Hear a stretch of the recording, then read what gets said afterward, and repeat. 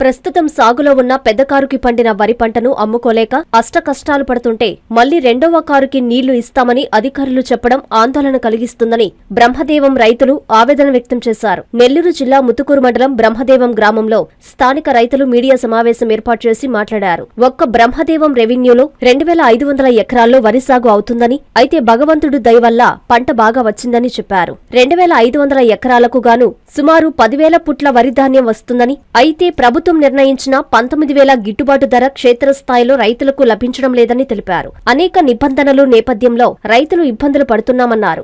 గత సంవత్సరం స్టాక్ చేసుకున్న వడ్లు అమ్మడానికి నేడు పడిపోయిన ధరలతో సతమతమవుతుంటే ఇప్పుడు మరలా కొత్తగా వచ్చిన వడ్లు కల్లాలలో నిలిచి ఉన్నాయన్నారు. రెండో కారికి నీళ్లు ఇస్తే ఆ ధాన్యం మీద కూడా ధరల ప్రభావంతో రైతులు నష్టపోతారని రైతులు వాపోయారు. జిల్లా కలెక్టర్, వ్యవసాయ శాఖ అధికారులు స్పందించి రెండవ పంటకు నీరు ఇవ్వకుండా నిలుపుదల చేయాలని వారు డిమాండ్ చేశారు. ఈ కార్యక్రమంలో రైతులు దాసరి శివప్రసాద్, దత్తపాడు నాగేశ్వరరావు, షేక్ షాన్వాజ్, ఈదల రవి, ఉప్పల భీమయ్య, ఉప్పల ప్రసాద్, వెంకటరమణయ్య తదితరులు పాల్గొన్నారు. ఈ గ్రామంలో ఇప్పటి వరకు సుమారు 2500 ఎకరాల విస్తీర్ణంలో బీపీటీ సాగు చేస్తున్నారు. ఈ సాగు చేసే విధానంలో మొట్టమొదట నారుమడి కాడి నుంచి మొదలుపెట్టి కోత కోసే సమయం వరకు రైతులు పడుతున్న అవస్థలు చిన్న చిత్ర కాదు. ఈ వ్యవస్థల్లో ఎట్లుందంటే వాళ్ళు ఏదో చెప్పి లేదో చేసినట్టుగా ఒకరి మీద ఒకరు చెప్పుకోవడం, దాన్ని పరిధి దాటేయడం అది జరుగుతూ ఉంది. ఇప్పుడు మొదట ఏంటంటే పోయిన సంవత్సరం ఉన్న గిట్టుబాటు ధర ఈ సంవత్సరం రావటం లేదు. ఇప్పుడేం పంటలేం బాగా బండాయి. పోయిన సంవత్సరం అయితే ఒక పుట్టి వచ్చి 860 కేజీలు. 860 కేజీలకి అప్పట్లో ఫస్ట్ కటింగ్ చేసేటప్పుడు 22,500 రూపాయలు పలికింది. దాన్ని ఇంకా ఆశపడి ఇంకా ఏదో ఇస్తే ఇంకా రేటు పెరుగుతుందని చెప్పి కొంతమంది రైతులు ఆ ధాన్యాన్ని కొనుగోలు చేసి వారి కేంద్రాల్లో వానలు పడుతున్న టార్పాలిన్ పట్ల కప్పెట్టుకుని వాటిని స్టాక్ చేసుకున్నారు. స్టాక్ చేసుకున్న తర్వాత 3 నెలలు గడిచిన తర్వాత గత ఎన్నికలు జరిగేటప్పుడు 28,300 దాకా ధర పలికింది. అక్కడి నుంచి ఎలక్షన్ అయిపోయిన మరుక్షణం నుంచి ధర ఏంటంటే కిందకి దిగజారడం, క్రమేణా పడిపోతూ చివరికి రైతు ఏంటంటే వాళ్ళ కాళ్ళ కాడిపోయి మా వడ్లు మీరు కొనండి అనే బతిలాడే స్థితికి తీసుకొచ్చేశారు. ఇది ఎక్కడ పోతుంది? దాన్ని డబ్బంతా ఎవరు పోతుంది? బియ్యం బస్తా ఎత్తుకుంటే ఒక 25 కిలోల బస్తాని 24 కిలోలు చేశారు. దేనికంటే మిల్లు అంటే 25 కిలోల బస్తా ఏంటంటే దాని ట్యాక్స్ కింద పడతారని చెప్పి దాన్ని 1 కేజీ తగ్గించి 24 కిలోల బస్తా తీసుకుంటే 1,400-1,450. అప్పుడు కేజీ బియ్యం వచ్చి 60 రూపాయలు పడుతున్నాయి. ఇక్కడ రైతు కాడు వడ్లు వచ్చేటప్పటికి వచ్చేసి 17,000కి 16,000కి అరుగుతున్నారు. ఇప్పుడుండే 16,000 లెక్క వేసుకుంటే 33 రూపాయలు పడుతుంది బియ్యం కేజీ. 60 రూపాయలు 32 రూపాయలు చేస్తే 28 రూపాయలు. ఈ 28 రూపాయల లెక్కన ఈ 2,000 ఎకరాలు విస్తీర్ణం చేస్తున్న రైతుల్లో ఈ డబ్బంతా ఎట్టబోతుంది? ఏ నాయకుడు ఎవరికి పోతుంది? ప్రభుత్వ అధికారులు ఏంటంటే వస్తున్నారు. ఆడికి వచ్చి సచివాలయం ఏంటంటే ఎంత అంటే 19,720 రూపాయలు దాన్ని ఎండబెట్టి మీరు తీసుకొస్తే దాంట్లో తేమ శాతం చూసి నేను అంతకుముందు 2014 నుంచి 19లో ఒక 58 పుట్లు తీసుకుపోతే దాంట్లో నాకు అయిపోయిన ఇబ్బంది ఏంటంటే ఇప్పటి వరకు ప్రభుత్వంలో వడ్లు ఇవ్వలేదు. దేనికంటే పోయినసారి నేను తీసుకుపోతే కల్లాకాడు వచ్చి 3 రోజులు ఎండబెడితే అధికారులు తీసుకొచ్చి చూపిస్తే ఇంకో రోజు ఎండబెట్టమన్నారు. దాన్ని ఎండబెడితే అక్కడ మిల్లు కాడ తీసుకుపోయిన తర్వాత ఆయన ఏంటంటే మిషన్లో పెట్టి చూసి ఇది 19% అన్నాడు. 19% ఉంది, నువ్వు ఏంటంటే ఇంకో కిలో అని చెప్పి ఇంకేం చేస్తామని చెప్పేసి లాస్ట్కి 4 కిలోలు లెక్కన మామూలుగా ఇచ్చేది రైతుకి ఏంటంటే ఆరబెడితే అసలు నెమ్ము లేదు లెక్క. ఆరబెట్టకుండానే ఉంటేనే 2 కిలోలు తీసుకుంటాను. నేను ఆరబెట్టి తీసుకోపోయినా 4 కిలోలు తీసుకున్నారు. ఇంకా దేనికని చెప్పి వదిలేసి ఆమెను వచ్చేసాను. నాకు కూలీల తరుగు కానీ కూలీల ఖర్చు కానీ ట్రాన్స్పోర్ట్ కానీ ఒక గోతాల వరకే ఇచ్చారు కానీ ఇంక మిగతా ఏమీ లేదు.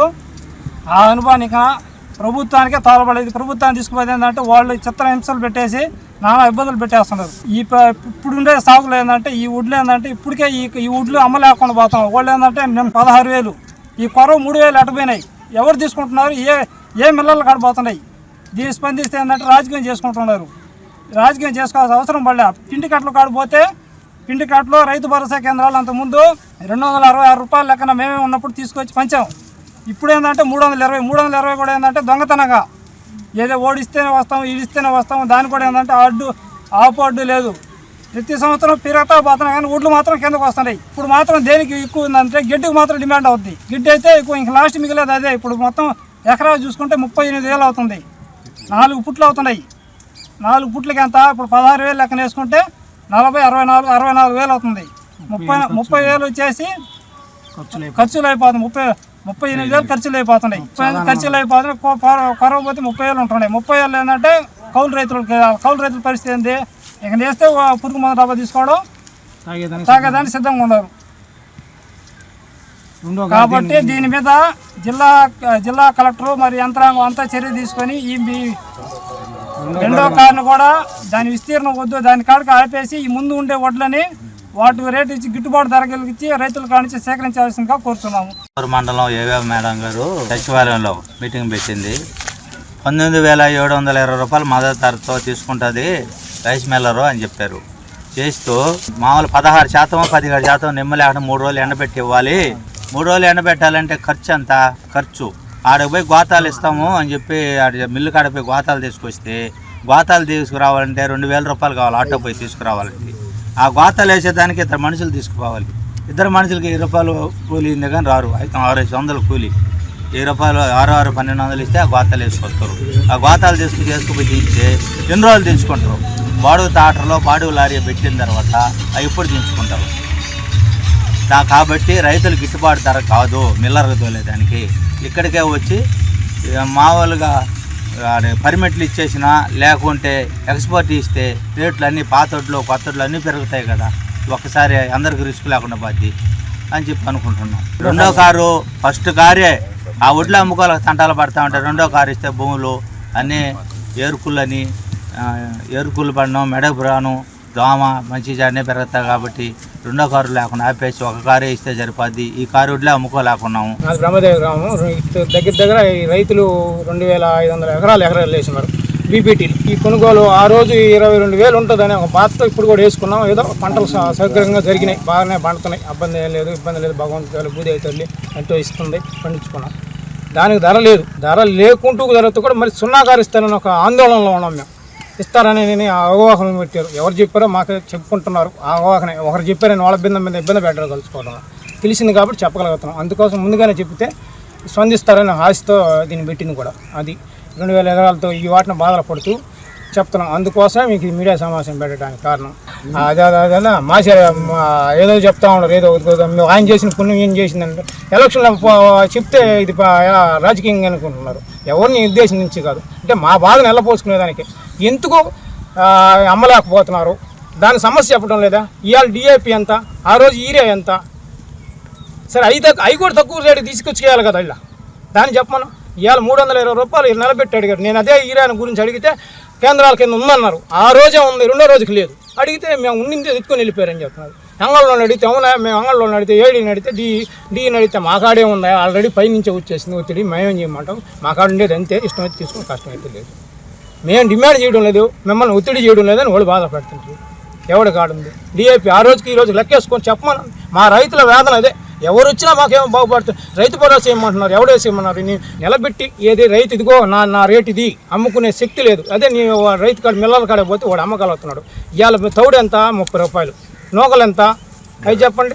20 రూపాయలు నూకలు. ఇప్పుడు ఆ రోజు 27,000 అమ్మింది. ఇవాళ ఎందుకు వయసు? ఇప్పుడు వాళ్ళు చెప్పమను. వాళ్ళ వయసు ఎంత? తరిగిపోద్దా? కుర్ర వయసుకు వస్తాడా?